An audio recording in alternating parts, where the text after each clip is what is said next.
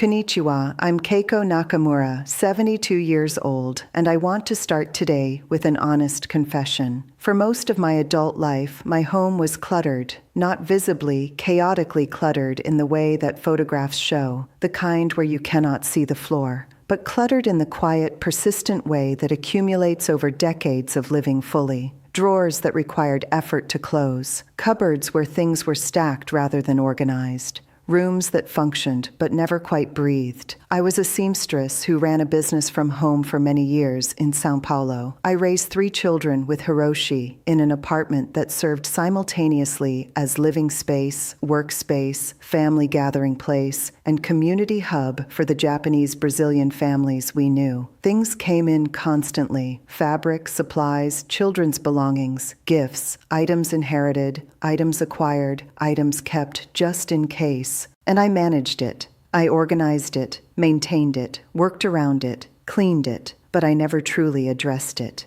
After Hiroshi passed, when the children were gone, and I was living alone in spaces designed for a family of 5, I finally had to face what I had been managing around for 40 years. And what I discovered, slowly, painfully, then with increasing clarity, was that a clutter-free home is not a complicated achievement. It follows a simple process, 4 steps, not easy, but simple. Today, I want to share those 4 steps with you, not as abstract principles, but as the actual path I walked, with the specific thinking that made each step possible. Let's begin.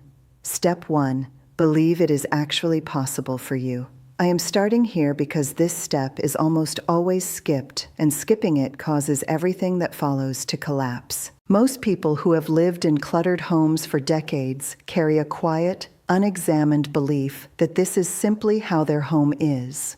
That clutter is part of their personality, or their family's nature, or the inevitable consequence of a full life. They might believe a clutter-free home is possible for other people, people with fewer possessions, smaller families, more discipline, different circumstances, but not genuinely possible for themselves. I carried this belief for years without fully recognizing it. When I attempted to declutter and made little lasting progress, I interpreted this as evidence that the task was too large, or that I was too emotionally attached to my things, or that my home was simply different from the homes of people who managed to live simply. Each failed attempt reinforced the belief that real change wasn't possible for me. Here is what I now understand about that belief. It was protecting me from the discomfort of genuine change. As long as I believed a clutter-free home was impossible, I didn't have to do the difficult emotional work of actually creating one. In Japanese philosophy, kakugo means readiness, a resolved, clear-eyed acceptance of what something will require. A decluttered home requires kakugo, not the vague hope that things might improve, but a genuine, grounded belief that this specific outcome is achievable for you, in your specific home, with your specific history and your specific possessions. How do you develop this belief when you haven't yet experienced the outcome? You start smaller than you think you should. Not the whole home, not even a whole room. 1 drawer, 1 shelf, 1 small, contained area that you can address completely in 30 minutes. When I finally committed to this approach, 1 small area at a time, completed fully before moving to the next, something shifted. I could see what was possible, not as an imagined future outcome, but as a present reality I had already created in 1 drawer on 1 shelf. And that visible, tangible result changed my belief more effectively than any amount of motivation or inspiration could have. You can live in a clutter-free home, not instantly, not without effort, not without the discomfort of releasing things that carry emotional weight, but genuinely, completely, sustainably. Yes, it is possible. And it begins with actually believing that, not as a hopeful wish, but as a working assumption that guides your actions. Start with your easiest space. Finish it completely. Let the results show you what is possible. Then carry that knowledge forward. Step 2. Remove the excess, and do it in the right order. Once the belief is genuinely in place, the work begins. And the work, in its simplest form, is this: go through everything you own and remove what doesn't belong in your current life. I want to be specific about what I mean by current life, because this phrase is doing a lot of important work. Not your past life, not your hoped-for future life, your actual, present, today life.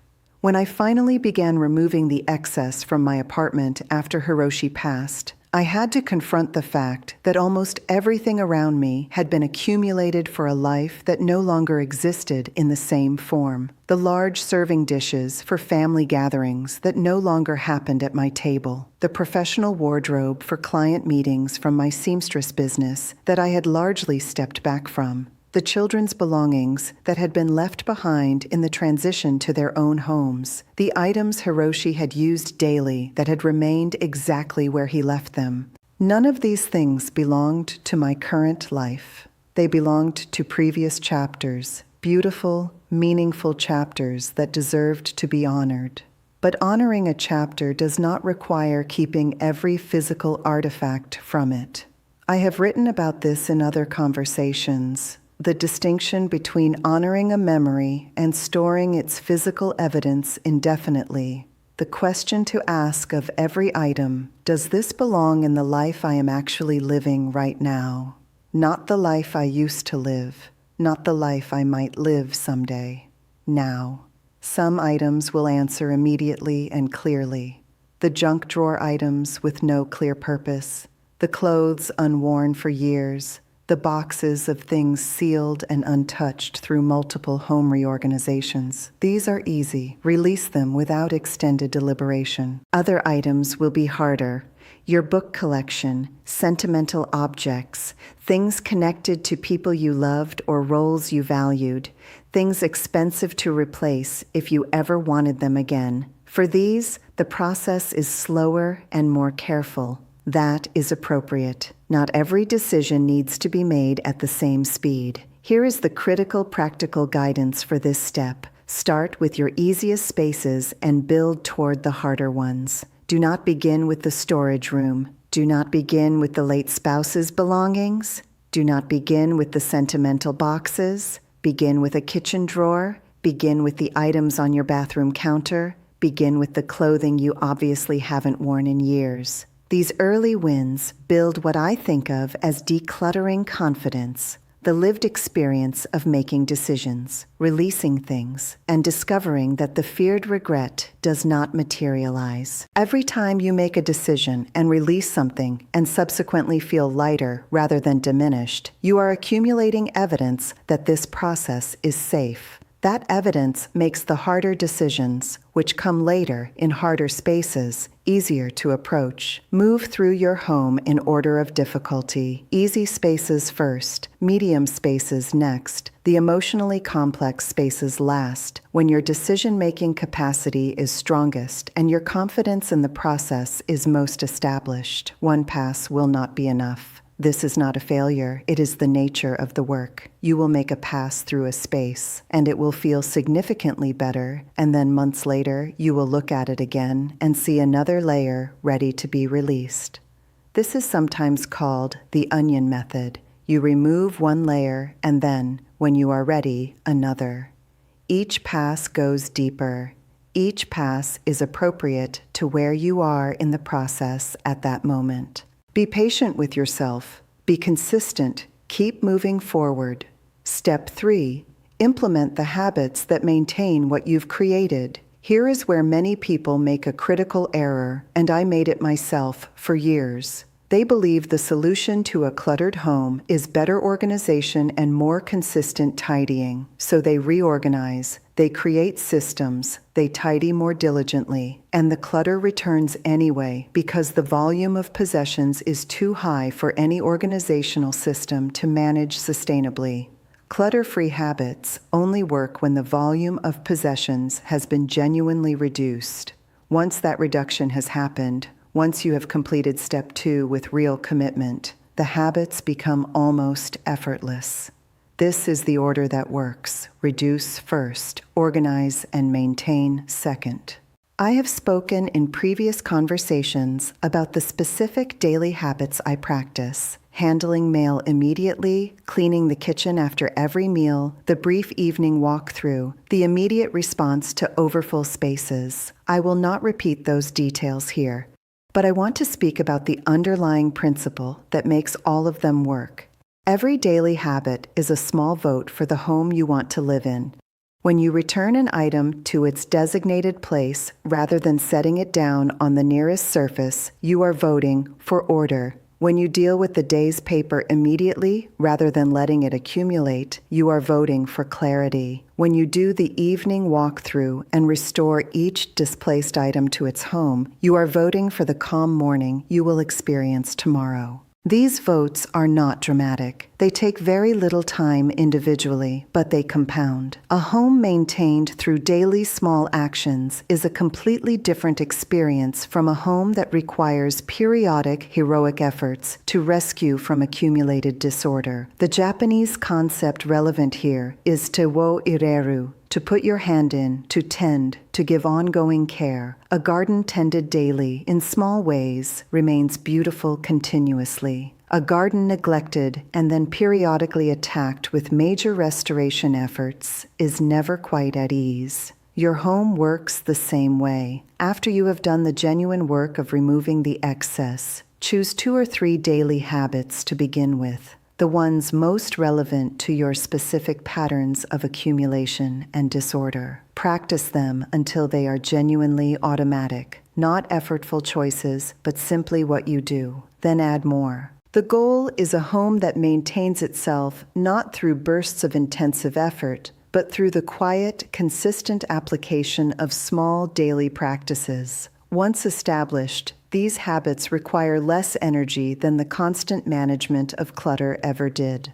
Step 4. Slow the flow of new things coming in. This is the step that determines whether everything you accomplished in steps 2 and 3 lasts, or whether you find yourself back where you started within a year. Decluttering without addressing what continues to enter your home is like bailing water from a boat without closing the leak. You can work very hard and make visible progress, but the underlying problem remains and eventually undoes the work. I want to speak honestly about this step because it requires confronting something most of us were not raised to examine: our relationship with acquiring things. I grew up in post-war Japan, where resourcefulness was a necessity and accumulation was a reasonable response to previous scarcity. When Hiroshi and I built our life in Brazil, there were genuinely lean years where stockpiling felt prudent. These experiences created deep patterns: a pull toward having enough, a difficulty passing up a good value, a comfort in abundance that came from years when abundance was not guaranteed. These patterns served important purposes at certain points in my life. They do not serve me now. What I have learned in the years since I genuinely addressed my home's accumulation is that the pull to acquire is often not really about the item. It is about something else. Comfort when I am lonely, control when other things feel uncertain, the pleasure of novelty when daily life feels routine, the hope embodied in an item for a future self, the version of me who takes up a new hobby, who entertains more frequently, who uses that particular kitchen appliance regularly. Understanding your specific acquisition patterns, the emotional triggers, the particular categories, the specific circumstances that make you more likely to bring things into your home, is the foundation of this step. You cannot address what you haven't identified. For me, the pattern I had to most consciously interrupt was accepting things from others. As I have mentioned before, I became something of a keeper in my social circle, the person friends offered things to when they were releasing their own possessions, because I was known to be thoughtful about such things and less likely to simply throw items away. This was true. I was thoughtful, but I was also accepting things I didn't truly want or need out of a mixture of genuine generosity and difficulty saying no. Recognizing this pattern allowed me to create a response to it, not a rigid refusal, but a genuine pause. a question I ask myself now before accepting anything. Does this serve my life as it actually is, or am I accepting it for reasons that have nothing to do with whether I need it? The 48-hour pause is useful here as well. For anything non-essential entering your home, whether purchased or accepted as a gift from someone else, pause for 48 hours before committing. Write it down if that helps.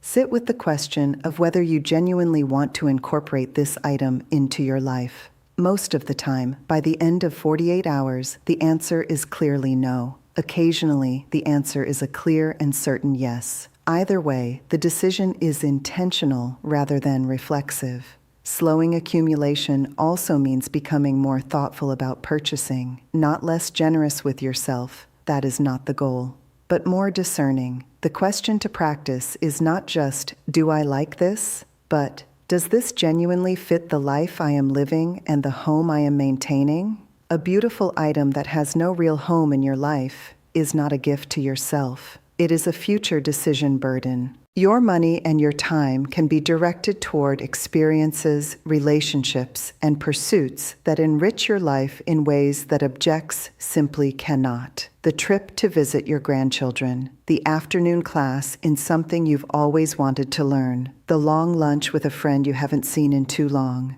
These things leave no clutter. They leave only memories, and memories take up no space at all. The 4 steps together, a complete picture. Let me bring this together simply because the 4 steps in sequence are important to understand as a whole. Step 1. Believe it is possible. Not as a vague hope, but as a working conviction that guides your actions. Build this belief through small, completed actions that show you what is achievable. Step 2. Remove the excess, everything that doesn't belong in your current life. Start with easy spaces. Build toward harder ones. Make one pass, then return for another. Be patient and consistent. Step 3.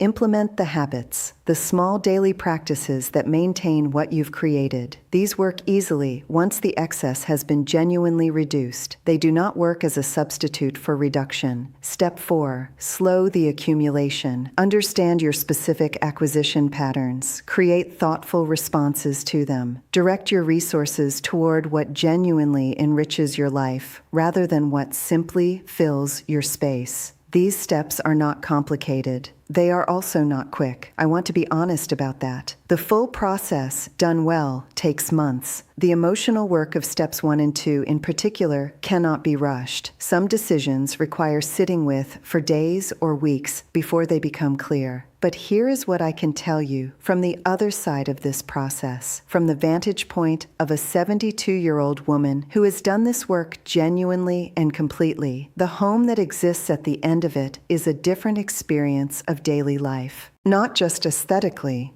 not just practically. Fundamentally different in how it feels to move through each day. The ease of finding things. The pleasure of surfaces that are clear because they are actually clear, not temporarily tidied before someone arrives. The morning quiet of a room that makes immediate sense. The absence of the low background effort of managing too much. In Japanese, shizukesa means quietness, stillness, a particular quality of peace. A clutter-free home has shizukesa, not the silence of emptiness. I have books I love. Objects with meaning, evidence of a full and continuing life, but the stillness of a space where everything present belongs, where nothing is there by default or inertia or unresolved decision. That stillness is available to you.